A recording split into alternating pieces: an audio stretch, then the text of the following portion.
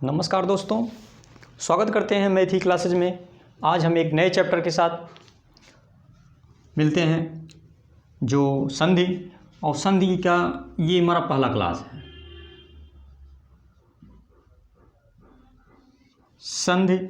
संधि का पहला क्लास है और संधि के विषय में आप थोड़ा सा जान लीजिए कि जो संधि होता है इसमें होता क्या है। संधि में वर्णों का सहवर्णों का मेल होता है। संधि जो होता है इसमें क्या होता है, सवर्णों का मेल होता है। किसका मेल होता है? सवर्णों। या आप सीधा कह सकते हैं कि जो वर्ण होता है, पहले तो इसका हम थोड़ा सा शाब्दिक अर्थ मीनिंग देख लें कि इसका क्या है शाब्दिक अर्थ। शाब्दिक अर्थ संधि का शाब्दिक अर्थ क्या है। देखिए, हम हर क्लास में आपको सबको बताते चल रहे हैं क्रमबद्ध तरीके से। आप रेगुलरिटी क्लास लेते रहेंगे तो निश्चित रूप से आपको सब कुछ मिलता रहेगा। देखिए, संधि क्या है, तो संधि के संबंध में सबसे पहले हम ये जानें कि संधि का शाब्दिक अर्थ क्या है। संधि का शाब्दिक अर्थ, संधि जो है कैसे, शाब्दिक अर्थ हमने बताया कि आपका एक शाब्दिक अर्थ अगर ये आपको पता है तो निश्चित ही रूप से आप इसके बारे में कुछ तो हद तक जान पाएंगे। जैसे हमने कह दें कि संधि का शाब्दिक अर्थ क्या है, लिंग का शाब्दिक अर्थ क्या है, संज्ञा का शाब्दिक अर्थ क्या है, वचन का शाब्दिक अर्थ क्या है, समास का शाब्दिक अर्थ क्या है। यदि आपको शाब्दिक अर्थ मिल जाता है, अलंकार का शाब्दिक अर्थ क्या है, छंद का शाब्दिक अर्थ क्या है, रस का शाब्दिक अर्थ क्या है, तो ये चीज़ अगर आप जान पाते हैं तो निश्चित रूप से हमें लगता है कि आप थोड़ा सा 10% आप उसके बारे में ये सब कुछ आप समझ जाएंगे। हाँ, ये चीज़ ऐसा होता होगा इसमें ना। तो हम पहले तो इसके संधि जो है, संधि के शाब्दिक अर्थ में हम थोड़ा सा ध्यान देंगे कि संधि का शाब्दिक अर्थ क्या होता है। तो संधि का जो शाब्दिक अर्थ होता है, संधि का शाब्दिक अर्थ होता है मेल। क्या होता है? मेल। संधि का शाब्दिक अर्थ मेल। इसी को और क्या सकते हैं? जोड़ भी कह सकते हैं भाई, मेल जोड़। इसे और क्या कर सकते हैं? समझौता। क्या कह सकते हैं? समझौता। इसे और क्या कह सकते हैं? संयोग। क्या कह सकते हैं? संयोग। तो संधि का जो शाब्दिक अर्थ है, कभी कभी परीक्षा में ऐसे सीधे ही आपका एक क्वेश्चन सीधे बन जाता है कि जो है संधि का शाब्दिक अर्थ क्या है। क्योंकि मैं कई परीक्षाओं में देखा हूँ ऐसे संयोग से पूछ दिया है कि समास का शाब्दिक अर्थ क्या है, बस एक ही लाइन में। तो सीधा देखिएगा कि जो संधि का शाब्दिक अर्थ होता है वो होता है मेल, जोड़, समझौता, संयोग। अब आप सोच रहे होंगे कि संधि आप जब इतिहास पढ़ेंगे तो आपको पता चलेगा कि एक राजा दूसरे राजा के संधि कर लिए, अंग्रेजों का इनके साथ संधि हो गया। तो संधि का जो शाब्दिक अर्थ होता है, संधि का शाब्दिक अर्थ किसी प्रकार का झगड़ा नहीं है, किसी प्रकार का टकरार नहीं, किसी प्रकार का वैमनस्य नहीं है। जो संधि है उसका शाब्दिक अर्थ होता है मेल। क्या होता है? शाब्दिक अर्थ होता है मेल, मिल जाना, जोड़, जुड़ जाना, समझौता का मतलब होता है यही चीज़, और संयोग का ही मतलब होता है। तो इस प्रकार से अब एक क्वेश्चन आपका बनेगा, हम बारी बारी से एक क्वेश्चन आपको लेके चल रहे हैं कि संधि का अगर शाब्दिक अर्थ पूछ दिए तो मेल। देखिए, इसीलिए ना ज्वाइनिंग मतलब जुड़ जाना। मैंने एक कंपनी ज्वाइन कर लिया, मैंने नौकरी ज्वाइन कर लिया, मैंने कोचिंग ज्वाइन कर लिया। ज्वाइन का मतलब ये होता है जुड़ जाना, कोचिंग से जुड़ जाना, नौकरी से जुड़ जाना, विद्यालय से जुड़ जाना, अपने कार्यालय से जुड़ जाना। तो संधि का जो शाब्दिक अर्थ होता है वो होता है मेल, जोड़, समझौता, संयोग। इसे कुछ भी नाम दे सकते हैं, ठीक ना।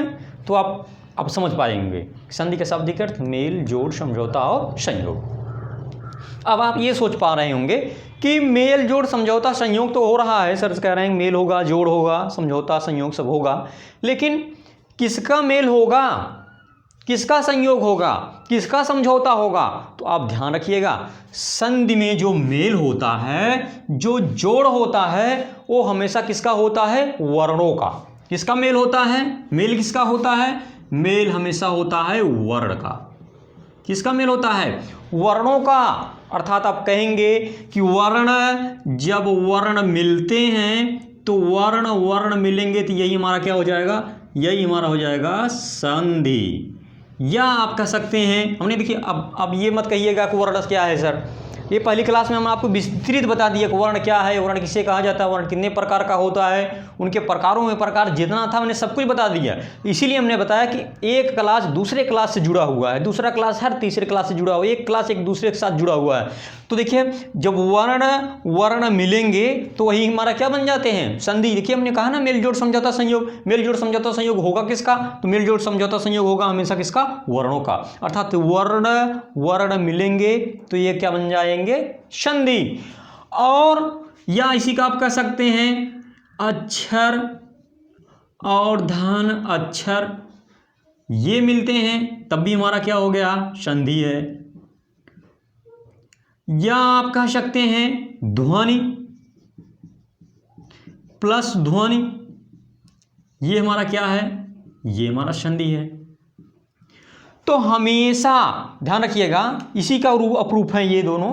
तो संधि का जो आशय होता है वो होता है कि वर्णों का मेल, दो या दो से अधिक वर्ण जो मिलते हैं उसके मिलन को ही हम क्या कहते हैं, संधि कहते हैं। कंफर्म होगा।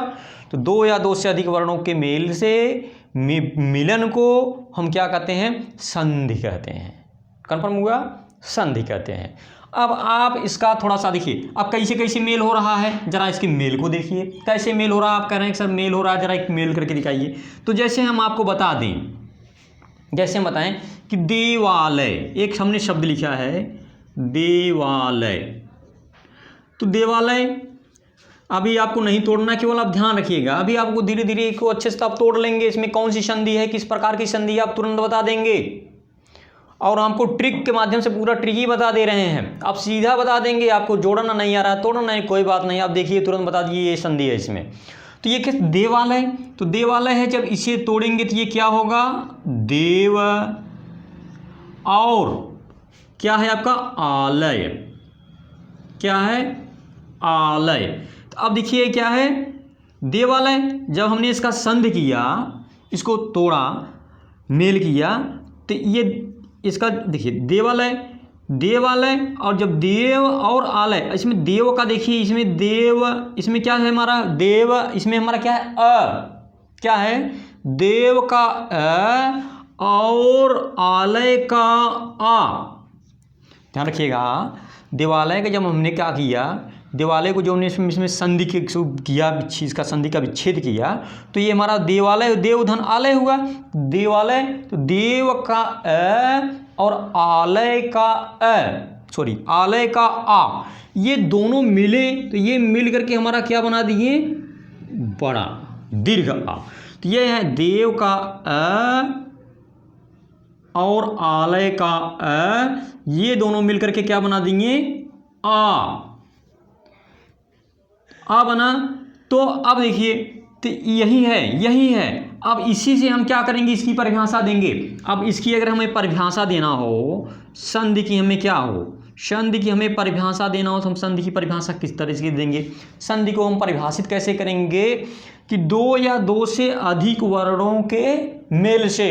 देखिएगा, अगर आप संधि देख रहे हैं, देखिए कभी कभी आप एक चीज तुम्हें आगे बताऊंगा ही, यहाँ पे जानते रहिएगा। किसी एक संधि है, एक आगे का समास है, लेकिन संधि में हमेशा वर्णों का मेल होता है। किसका मेल होता है, वर्णों का। लेकिन समास जो पढ़ेंगे आप, ध्यान रखिए, मैं थोड़ा सा दिखा दे रहा हूं। जब आप समास पढ़ेंगे तो समास में हमेशा किसका मेल होता है, समास में हमेशा शब्दों का मेल होता है, पदों का मेल होता है। तो आप ध्यान रखिएगा, एक चीज़ मैंने यहाँ पर एक्स्ट्रा बता दिया आपको, संधि और समास में जब अभी अंतर करने के लिए आपको दे दिए, परिभाषा दे दी, क्योंकि दोनों की परिभाषा मिलता है, मिलती जुलती हैं। तो क्या है कि समास में हमेशा जो मेल होता है, समास में मेल हमेशा शब्दों का होता है। लेकिन संधि जो होता है, संधि में मेल जो किसका होता है, संधि में हमेशा मेल किसका होता है, वर्णों का। कन्फर्म होगा। देखिए अब इसी से मैं आप परिभाषा में देना, परिभाषा देखिए हमने बताया, हम आपको सारा हिंदी बता देंगे, आपको रटने की कोई आवश्यकता नहीं है, किसी भी प्रकार के रटने की कोई ज़रूरत नहीं है। अब देखिए इसी परिभाषा माना बना कि दो या दो से अधिक, देखिए मिलन है, दो या दो से अधिक, अधिक भी हो सकता है, दो या दो से अधिक वर्णों के मेल से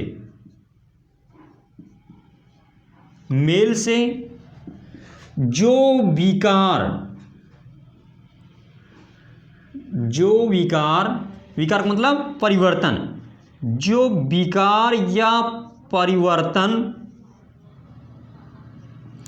विकार या परिवर्तन होता है, विकार और परिवर्तन को ही हम क्या कहते हैं? संधि कहते हैं। ध्यान रखिएगा, इसी से हमने आपका परिभाषा बनाया कि दो या दो से अधिक वर्णों के मेल से जो विकार या परिवर्तन होता है, विकार या परिवर्तन होता है, उसे हम क्या कहते हैं? संधि कहते हैं। आप बारी बारी देखिएगा, अभी आपको अच्छे से क्लियर हो जाएगा, सारा चीज़ क्लियर हो जाएगा।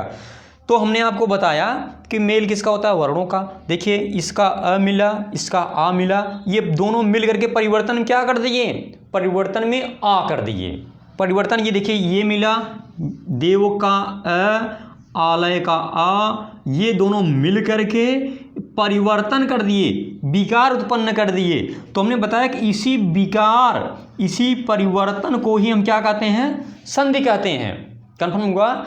हम आपको बता दें कि दो या दो से अधिक वर्णों के मेल से जो विकार होता है, जो परिवर्तन होता है, उसी विकार और परिवर्तन को ही हम क्या कहते हैं? संधि कहते हैं। कन्फर्म हुआ? उसी विकार और परिवर्तन को भी संधि कहते हैं। एक बार फिर साथ साथ, दो या दो से अधिक वर्णों के मेल से, वर्ण हमेशा कहिएगा क्योंकि वर्णों का ही मेल होता है। अगर शब्द कह देंगे तो समास हो जाएगा, वो बिल्कुल गलत हो जाएगा आपका।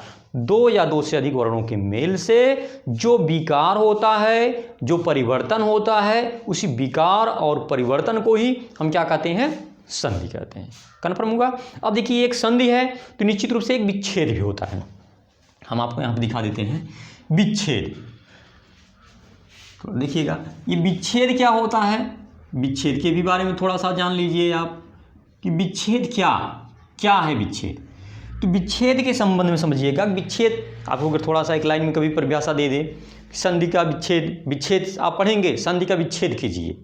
विच्छेद का मतलब क्या होता है? अलग करना, उसे तोड़ देना। कन्फर्म होगा? तो विच्छेद का मतलब ही होता है अलग कर देना, तोड़ देना। कोई शब्द लिखा हो, उसका विच्छेद। देखिए एक शब्द लिखा था, क्या लिखा था? देवालय। अब देवालय का हमने क्या किया? ये तोड़ा, तो ये हमारा बना देव, और ये क्या हुआ? आलय। देव आलय, तो ये हमारा क्या हुआ? विच्छेद। ये हमारा संधि वाला शब्द, और ये हमारा कैसा शब्द हो गया? विच्छेद। तो हम ये कह सकते हैं कि समास के नियमों से, देखिए समास का नियम से तो ये शब्द बना हुआ है, इसका आ, ये दोनों जुड़ करके क्या बना दिए? देवालय। तो ये देखिए, तो ये जो विच्छेद है, तो इसकी परिभाषा ही यही होती है कि समास के नियमों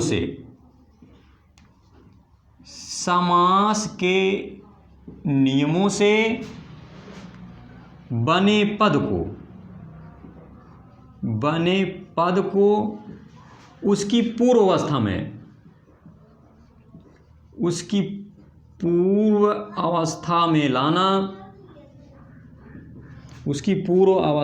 लाना, क्या है?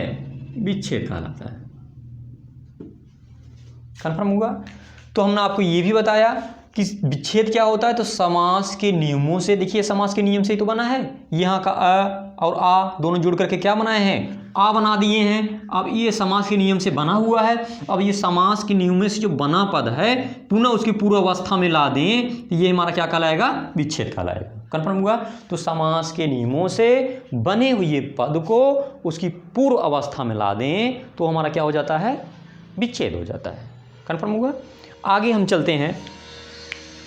आगे अब हम ये देखते हैं कि समास कितने प्रकार का होता है, समास में कौन कौन से हैं प्रकार उसके, क्योंकि भी परीक्षा में आपसे पूछ लिया जाता है कि समास के कितने प्रकार हैं। कन्फर्म हुआ? तो हम आपको चार्ट बना दे रहे हैं, आप चार्ट को सभी लोग बना लीजिए और सभी लोग बना करके इसे अच्छे से याद कर लीजिएगा, क्योंकि हम आपको बता दें यूपी SSSC में बहुत सारे क्वेश्चन आपका यहाँ से पूछे गए हैं। विगत जितनी भी परीक्षाएं हुई हैं, आपका लेखपाल भी आ रहा है, चकबंदी की भी परीक्षाएं होंगी, सुपर टेट का होगा, टेट का होगा, आपका DLED का हो रहा है एग्जाम। तो जितने भी परीक्षाएं हैं, सारी परीक्षाओं में इससे क्वेश्चन जरूर से जरूर पूछे जाते हैं, निश्चित रूप से पूछा जाता है। ये बहुत इंपॉर्टेंट चैप्टर है आपका। तो देखिएगा, जो संधि है, ये जो संधि है यह 3 प्रकार का होता है। कितने प्रकार का? 3 प्रकार का। 3 प्रकार का।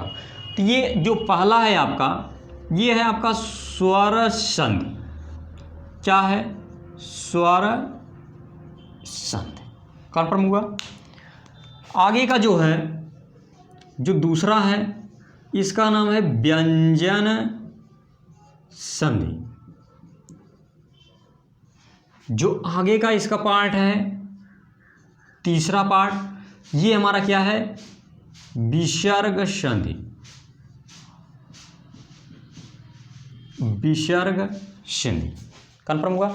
ध्यान से रखिएगा, एक क्वेश्चन आपका यहां से बनता है, आपसे पूछ देगा कि संधि। चलिए क्वेश्चन यहां आपको दिखाते चल रहे हैं। पहला क्वेश्चन यहां से आपका यही बनेगा, यहां से पहला वाला प्रश्न आपका यहीं से बन जाता है कि संधि कितने प्रकार की होती है। संधि कितने प्रकार की होती है?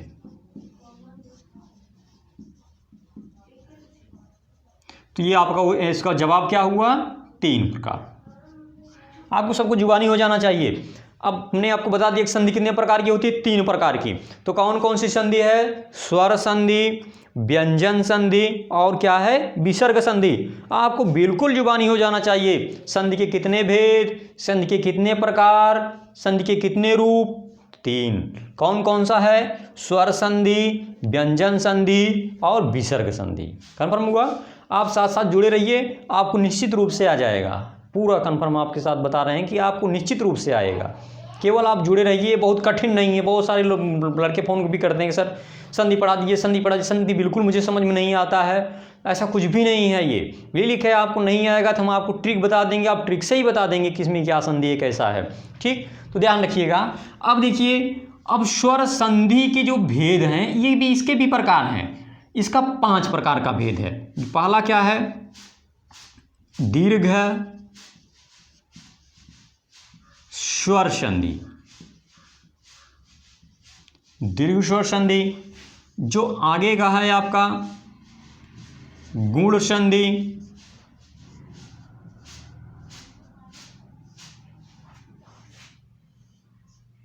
वृद्धि संधि। वृद्धि संधि, वृद्धि जैसे भी लिखिएगा, चलिए लिख दे रहे हैं पूरा पूरा साफ साफ। वृद्धि स्वर संधि, बात एक ही है। वृद्धि स्वर संधि। आगे का जो पार्ट है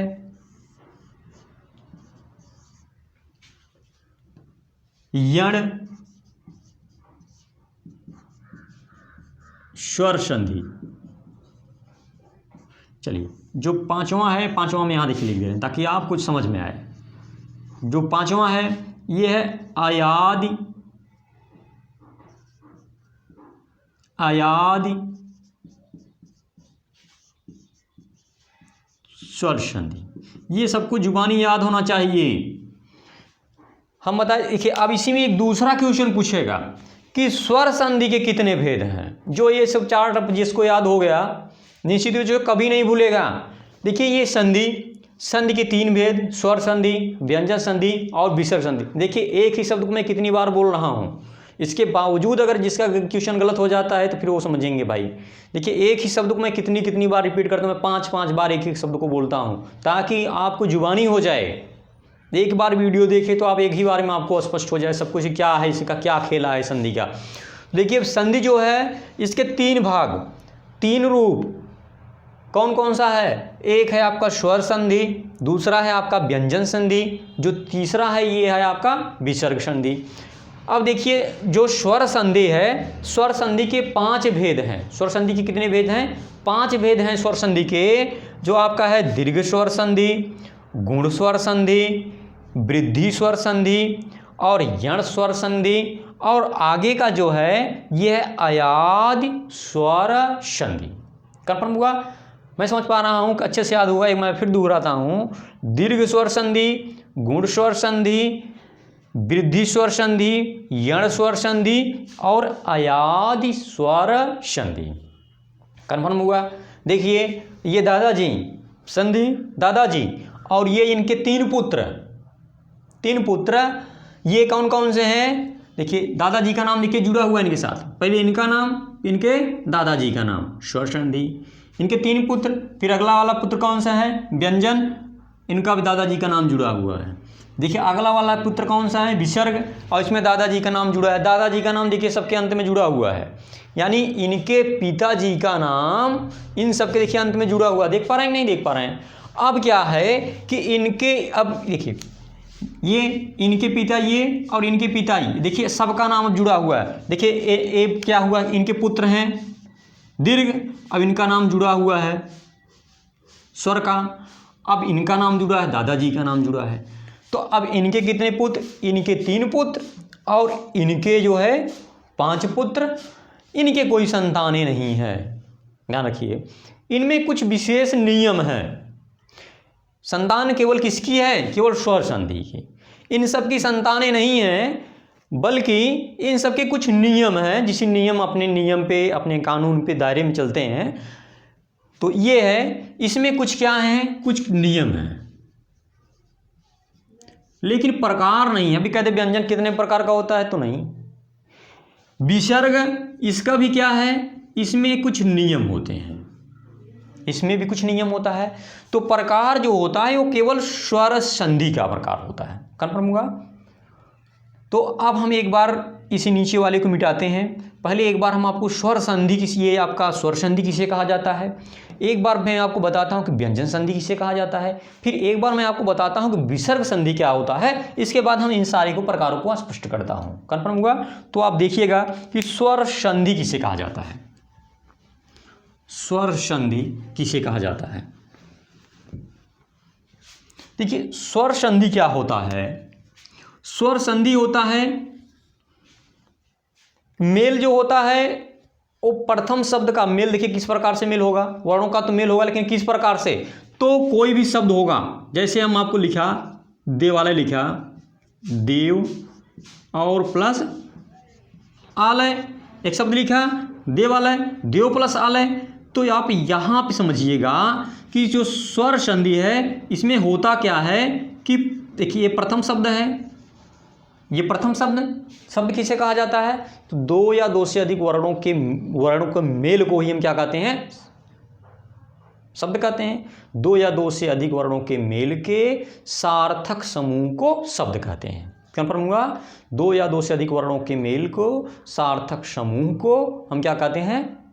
कहते हैं शब्द। और सार्थक समूह हमने कहा, तो सार्थक का मतलब होता है कि भाषा में जिसका कुछ अर्थ हो, उन्हीं को हम क्या कहते हैं? सार्थक शब्द। देखिए हमने सार्थक शब्द एक बार कहा, तो सार्थक शब्द का मतलब होता है कि भाषा में जिसका कुछ अर्थ हो। कंफर्म हुआ? उसी को हम क्या कहते हैं? सार्थक शब्द।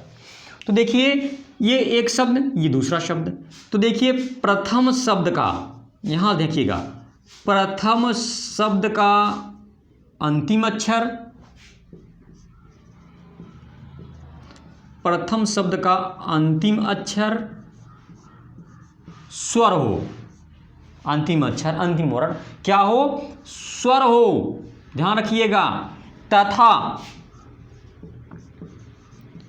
दूसरे शब्द का प्रथम अक्षर भी क्या हो? स्वर हो, तो हम उसे क्या कहते हैं? स्वर संधि कहते हैं। आपसे अगर कभी पूछ दे स्वर संधि किसे कहा जाता है, आपने सब संधि पढ़ लिया, स्वर संधि कहा किसे जाता है? तो स्वर संधि किसे कहा जाता है कि जब स्वरों का मेल हो। स्वरों का मेल कहाँ से होगा? तो प्रथम शब्द का अंतिम अक्षर और दूसरे शब्द का प्रथम अक्षर। फिर से ध्यान देखिए एक बार, प्रथम शब्द है, ये दूसरा शब्द है, ये पहला शब्द दूसरा शब्द, तो प्रथम शब्द का अंतिम अक्षर और दूसरे शब्द का प्रथम अक्षर, ध्यान रखिएगा, प्रथम शब्द का अंतिम अक्षर और तथा दूसरे शब्द का प्रथम अक्षर दोनों क्या हो, दोनों स्वर हों, तभी स्वर संधि होगा, नहीं तो स्वर संधि नहीं होगा। नहीं समझ में आ रहा है? हमने कहा कि कोई भी शब्द को उसका जब विच्छेद कर दें, विच्छेद करने के बाद एक विच्छेद आपको बताया कि आप समझिएगा विच्छेद, क्योंकि एक साथ दूसरे जुड़ा विच्छेद आप आज समझ में आए तो आप विच्छेद समझिएगा। कि जिस संधि के नियमों से बने हुए शब्द को उसकी पूर्व अवस्था में ला देना ही क्या है, विच्छेद है। तो देवालय, अब देखिए देवालय, देव का अ प्लस आलय का आ, देव का अ प्लस आलय का आ, ये दोनों देखिए प्रथम शब्द का अंतिम अक्षर का स्वर है, दूसरे शब्द का प्रथम अक्षर क्या है, आ है, दोनों स्वर हैं। आप सोच रहे हैं स्वर कहाँ से? देखिए पीछे वाला क्लास वीडियो का अच्छे से देखिएगा। तो ये भी स्वर है, ये भी स्वर है, हाँ, तो स्वर किसे कहा जाता है, आप समझ पा रहे होंगे। तो ये भी स्वर और ये भी स्वर, तो प्रथम शब्द का अंतिम अक्षर क्या हो, स्वर हो, और दूसरे शब्द का प्रथम अक्षर भी क्या हो, स्वर हो। अर्थात जब स्वरों का मेल होगा, प्रथम शब्द का अंतिम अक्षर स्वर, दूसरे शब्द का प्रथम अक्षर स्वर, जब स्वरों का मेल होगा तो निश्चित रूप से वो संधि कौन सी हो जाएगी, स्वर संधि। कन्फर्म हुआ? जैसे हम लिख दें रामाधन ईश, रामाधन ईश। अब देखिए इस रमा का क्या है हमारा, रमा का आ, रमा का आ और प्लस ईश का ई, तो देखिए ये भी स्वर है, ये भी स्वर है।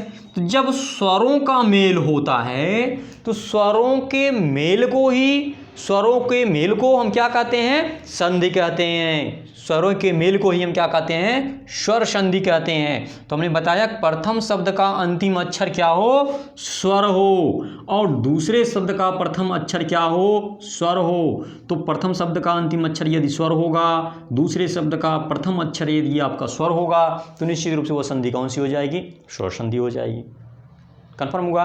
जैसे हम आपको दिखाएं, जैसे लिख रहे हैं विद्या, विद्या और प्लस आलय, विद्या और प्लस आलय। तो विद्या और प्लस आलय एक दो शब्द लिखा हुआ है भाई, संधि का नियम से तभी से विच्छेद किया गया है इसका। तो कोई संधि होगा, नियम से कोई शब्द बना होगा, उसी का ये विच्छेद किया गया है। तो ये कहता है कि इसका देखिए, इसका प्रथम शब्द का अंतिम अक्षर क्या हो, स्वर हो, और दूसरे शब्द का प्रथम अक्षर क्या हो, स्वर हो। तो प्रथम शब्द का जब अंतिम अक्षर स्वर होगा, दूसरे शब्द का प्रथम अक्षर स्वर होगा, जब स्वरों का मेल होगा, स्वरों के मेल को ही हम क्या कह देते हैं, स्वरों के मेल को ही हम क्या कर देते हैं, हम कह देते हैं आपका स्वर संधि। जैसे एक और उदाहरण हम आपको लेकर के दिखाते हैं, जैसे कह दे पर्यावरण, पर्यावरण। अब पर्यावरण दे दें, अब इसका जब हम तब तक पता करेंगे, जब तक हम नहीं इसका संधि नहीं करेंगे तब तक हम कैसे बताएं कि स्वर संधि है, व्यंजन संधि है, विसर्ग संधि है। अभी तो हम ट्रिक आपको बताए नहीं है। अब इसको कैसे हम बता दें कि स्वर संधि है, व्यंजन? हम इसको जब तोड़ेंगे, जब इसका विच्छेद करेंगे, जब ने इसका विच्छेद किया, इस शब्द का जब विच्छेद किया, तो ये हमारा वो परी, क्या हुआ, परी, और ये है हमारा क्या है, आवरण। क्या हुआ, आवरण। तो ये क्या है, इसमें देखिए परी का ई और ये आ, इन दोनों का मेल हो रहा है। तो देखिए ये भी प्रथम शब्द का अंतिम अक्षर क्या है, स्वर है, दूसरे शब्द का प्रथम अक्षर क्या है, स्वर है। तो दूसरे प्रथम शब्द का अंतिम अक्षर स्वर और दूसरे शब्द का प्रथम अक्षर स्वर।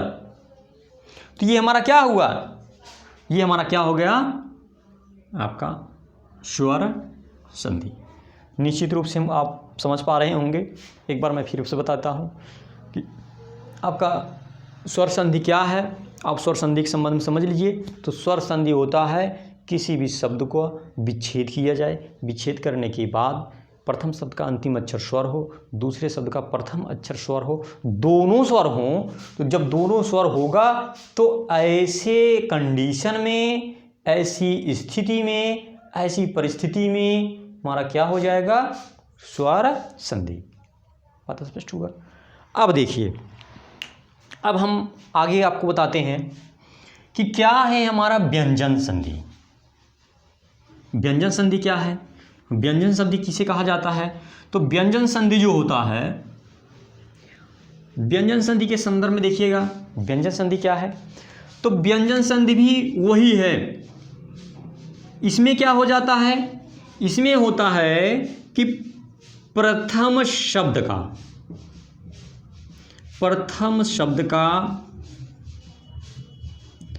अंतिम अक्षर, प्रथम शब्द का अंतिम अक्षर क्या हो, व्यंजन, क्या हो, व्यंजन, और साथ ही साथ और दूसरे शब्द का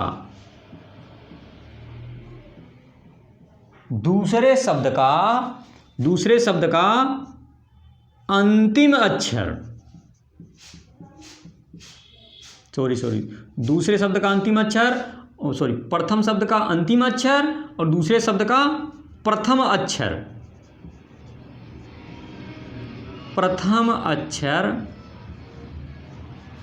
क्या हो, चाहे वह स्वर हो, चाहे वह व्यंजन हो, इससे हमसे कोई मतलब नहीं। हमें केवल इस बात को ध्यान में रखना है। देखिए, ये आपको ना पकड़ में आए कोई बात नहीं, छोड़ दीजिए, इसको मत पकड़िए, कोई दिक्कत नहीं, लेकिन ये देखिएगा कि अंतिम अक्षर क्या हो, अंतिम अक्षर हमेशा क्या हो, व्यंजन। अगर प्रथम शब्द का अंतिम अक्षर क्योंकि वो स्वर होगा तब भी वही व्यंजन कहलाएगा, यदि अगर आपका स्वर होगा तब भी व्यंजन कहलाएगा, लास्ट वाला व्यंजन होगा चाहे स्वर होगा, जो भी होगा, वो हमेशा क्या कहलाएगा, हमारा व्यंजन संधि ही तो कहलाएगा। कन्फर्म होगा। तो जैसे हम आपको दिखाएं, जैसे हमने लिखा वाक और धन ईश, एक शब्द था वागीश, एक हमारा शब्द था वागीश। जब हमने इसको इस पे का विच्छेद किया तो हमने मिला कि वाक और ईश। जब इसका संधि विच्छेद, तो आप सोच रहे हैं सर जी संधि विच्छेद करते चले जा रहे हैं, हम लोगों को समझ में नहीं आ रहा है, तो आएगा। अभी तो हमने नियम पढ़ाया नहीं, अभी तो उनकी रूपरेखा बता रहे हैं, अभी हमने पढ़ाया नहीं कुछ, संधि क्या कुछ नहीं भी नहीं, आपको रूपरेखा बता रहे हैं किस तरीके से आप केवल जुड़ जाइए। तो देखिए ये वागीश, तो वागीश का जब हमने इसका विच्छेद किया, अब विच्छेद मत पूछिएगा विच्छेद क्या है, विच्छेद आप जानते रहिएगा विच्छेद क्या होता है। तो जब हमने विच्छेद किया तो ये हमारा बना वाक और फिर आगे क्या बना, ईश। अब देखिए इस प्रथम शब्द का अंतिम अक्षर देखिए व्यंजन है भाई, बिल्कुल शुद्ध व्यंजन है। देखिए कब, देखिए क्या लिखा हुआ, हलंत व्यंजन। अब देखिए इधर हमारा क्या है, स्वर है, देख रहे हैं नहीं, ये हमारा क्या है, स्वर है। तो हमने बताया कि इससे तो कोई मतलब, चाहे स्वर होता चाहे व्यंजन होता है, घबराने की कोई बात नहीं, केवल हमें इस बात को देखना है कि प्रथम शब्द का अंतिम अक्षर पूरी तरीके से हमारा क्या होना चाहिए, व्यंजन होना चाहिए। कन्फर्म हुआ। जैसे एक शब्द था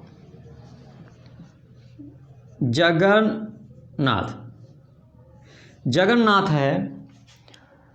अब इसे हम जब देखेंगे, इसका जब हम विच्छेद करेंगे तो ये हमारा क्या हो गया, जगत और प्लस नाथ। अब देखिए जगतनाथ, तो ये जगत का देखिए ये हमारा क्या है, व्यंजन, ये हमारा क्या है, पूरी तरीके से व्यंजन। अब इससे हमारा मतलब नहीं है चाहे जो आ जाए, हमें इस बात को देखना है कि जब भी हम खंड करें, जब भी हम किसी का विच्छेद करें, तो प्रथम शब्द का अंतिम अक्षर हमेशा हमें क्या मिले, व्यंजन मिले। तो निश्चित रूप से हम बता देंगे कि संधि कौन सी है, संधि हमारी कौन सी है, संधि कौन सी है, व्यंजन संधि है। कन्फर्म होगा। जैसे एक उदाहरण हम और आपको दे के दिखाते हैं। जैसे हमने लिख दिया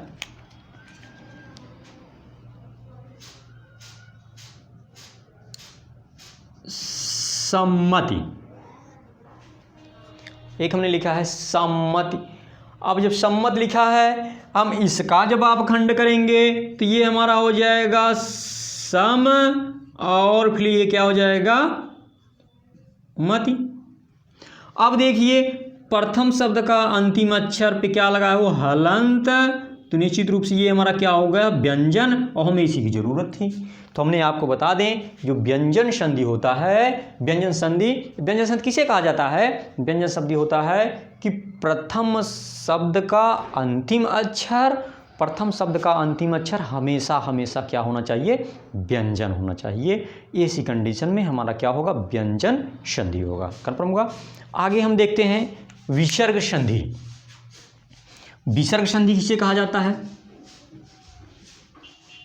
आप फिर पढ़े रहेंगे अच्छे से, तो मैं बाद में जब इसका अभ्यास कराऊंगा 100, 200, 400, 500 क्वेश्चन का, निश्चित रूप से आप संधि को तुरंत पकड़ते चलेंगे। हाँ ये इसमें सर ये संधि, हमसे आगे आप बोलते रहें, हम भी लिखते रहेंगे, तभी आप बता देंगे सर इसमें ये संधि है, सर इसमें ये संधि है। हाँ तो आप अभी इसको अच्छे से समझिए संधि, और जिसको नहीं समझ में आता है, जो नए स्टूडेंट हैं वो घबराएंगे नहीं, वो अपना एक चार्ट बनाएं, पहले एक चार्ट बना के उस चार्ट को अच्छे से सबको दर्शाएं, सारी उसके भिन्न है, उसके सारे नियम जैसे बताते चलें, अपने चार्ट में जोड़ते चलें। एक चार्ट बना दें, और न समझ में आए तो उस चार्ट को कहीं पे जहाँ सोते हैं उसके आसपास में चिपका दीजिए, उसको बारी बारी से हमेशा देखते वो आपको क्या होगा, याद हो जाएगा, कन्फर्म होगा। जो साइंस वाले स्टूडेंट हैं, सुपर टेट वगैरह देते हैं, तो उनको थोड़ा संधि को पढ़ने में थोड़ी समस्या हो जाती है, सबको नहीं होती है, कुछ ही लोगों को। तो इस तरीके से वो अपना जब बना के अपने आसपास में चिपका देंगे, जहाँ वो सोते बैठते उठते हैं, जानकर रोज का हमेशा बैठना उठना, तो इस तरीके से देख लेंगे तो उनको हमेशा याद हो जाएगा, धीरे धीरे याद हो जाएगा, धीरे धीरे क्या वो फिर जुबानी हो जाएगा, कन्फर्म होगा। चलिए ये देखिएगा, ये हमारा है विसर्ग संधि।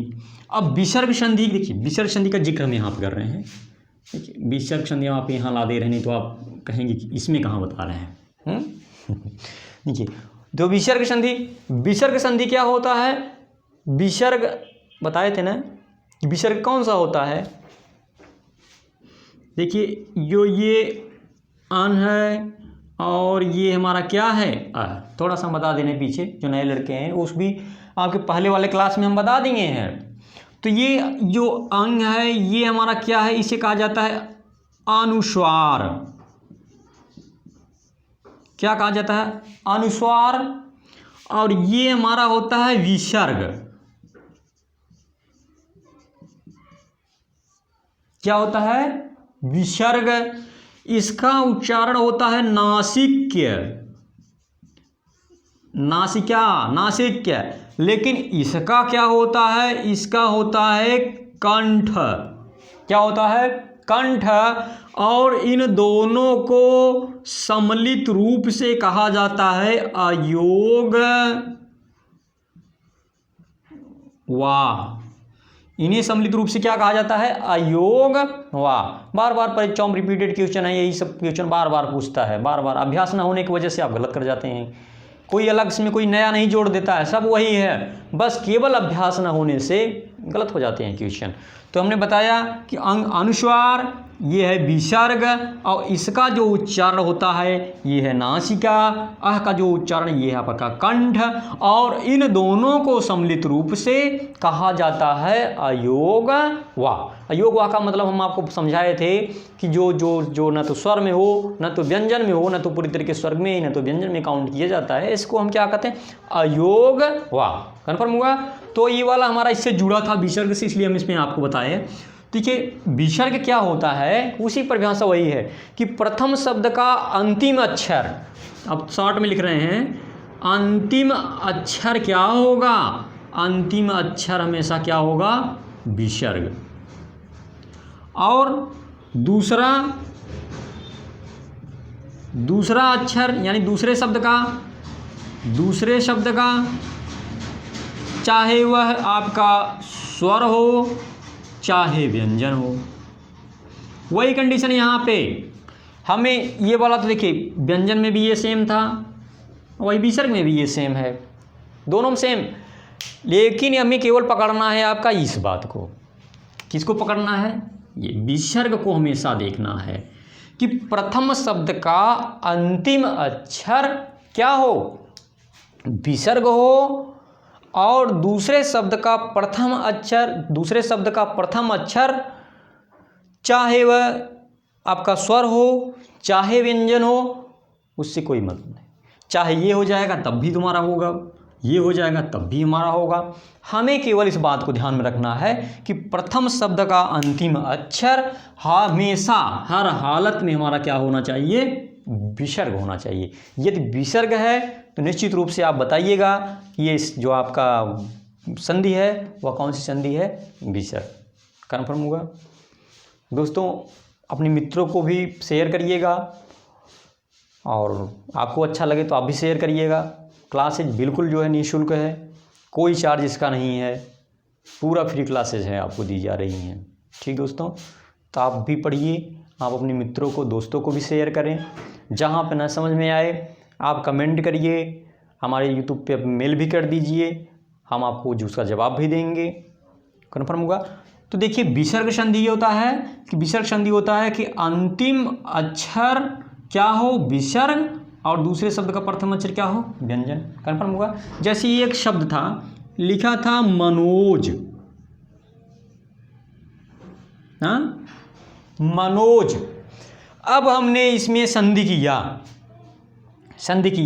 तो अभी तो मैं नहीं समझ में आ रहा है कि इसमें कौन सा है, दीर्घ संधि है, गुण संधि है, क्या है। और हम इसको अभी तो हमने नियम भी नहीं सब पढ़ा, लेकिन हम आपको अभी बता रहे हैं। अभी आप इस सबको तोड़ने लगेंगे तो देखिए विच्छेद करने लगेंगे। हमने इसको तोड़ा तो हमें क्या मिला, मनः और प्लस ज। तो देखिए प्रथम शब्द, ये प्रथम शब्द है, ये अंतिम शब्द है, ये पहला शब्द है, ये दूसरा शब्द है।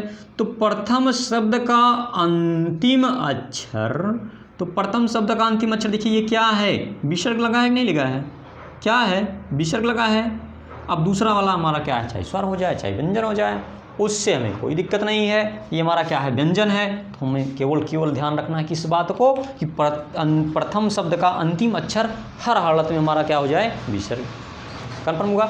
जैसे हम एक आपको और उदाहरण तरीका बताते हैं। जैसे लिख दिया गया है मनोहर, हम उन्हीं उदाहरणों को ले रहे हैं जो ज़्यादा परीक्षाओं में पूछे गए हैं, ताकि ऐसे उदाहरण आप देख करके याद हो जाए। ये TT 2011 में पूछा था, जो पहली बार टेट का पेपर हुआ था, UPTET। तो मनोहर, अब ये हम इसे तोड़ेंगे तो ये क्या होगा, मनः और फिर क्या होगा, हर। तो देखिए मनः का, देखिए ये हमारा क्या है, ये हमारा विसर्ग, प्रथम शब्द का अंतिम अक्षर क्या है, ये हमारा है विसर्ग, और दूसरा शब्द क्या है, व्यंजन। तो हमें इस तरीके ध्यान रखिएगा कि प्रथम शब्द का अंतिम अक्षर हमेशा मिल जाए विसर्ग, और दूसरे शब्द का प्रथम अक्षर वो चाहे स्वर मिले चाहे व्यंजन मिले, आपसे कोई दिक्कत नहीं है। कन्फर्म हो दोस्तों।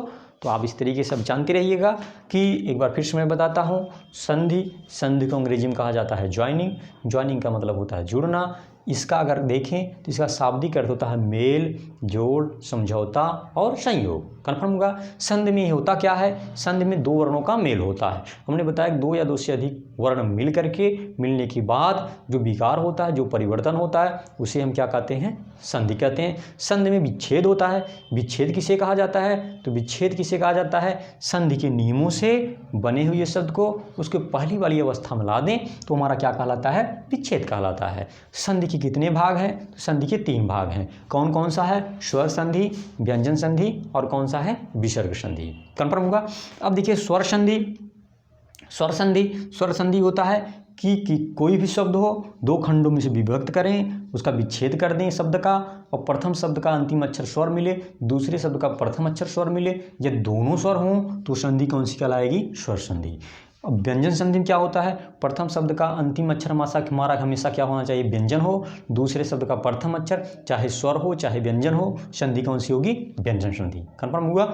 विसर्ग संधि किसे कहा जाता है, तो प्रथम शब्द का अंतिम अक्षर हमेशा क्या हो, विसर्ग हो, दूसरे शब्द का प्रथम अक्षर वो चाहे स्वर हो जाए चाहे व्यंजन हो जाए, निश्चित रूप से वहाँ पर संधि कौन सी हो जाती है, विसर्ग संधि हो जाती है। कन्फर्म हुआ। आगे दोस्तों हम मिलते हैं नेक्स्ट क्लास में, और वहाँ पर हम आपको लेंगे एक बारी बारी से एक एक पार्ट को बताएंगे, फिर स्वर संधि, फिर इसके बाद हम व्यंजन पढ़ेंगे। पहले तो इस स्वर संधि पढ़ेंगे, अब स्वर संधि के जितने भेद हैं मैं उनका अध्ययन करूँगा। इसके बाद फिर हम व्यंजन संधि का अध्ययन करूँगा, फिर किसका अध्ययन करूँगा, विसर्ग संधि का अध्ययन करूँगा। हम एक बार और आपको बता दें, क्लास बिल्कुल निःशुल्क है, किसी प्रकार का कोई चार्जेस नहीं लिया जा रहा है। आप भी पढ़िए और आप सबके सहूलियत के लिए ही क्लासेस चलाए जा रहे हैं, ताकि आप अच्छे से स्टडी कर सकें, घर पे बैठ कर के स्टडी कर सकें। अगर जैसे संस्थान चालू होता है तो आप क्लासेज ऑफलाइन भी आप क्लासेज ले सकते हैं। कर पाऊँगा, तब तक लो दोस्तों, धन्यवाद आप सबका।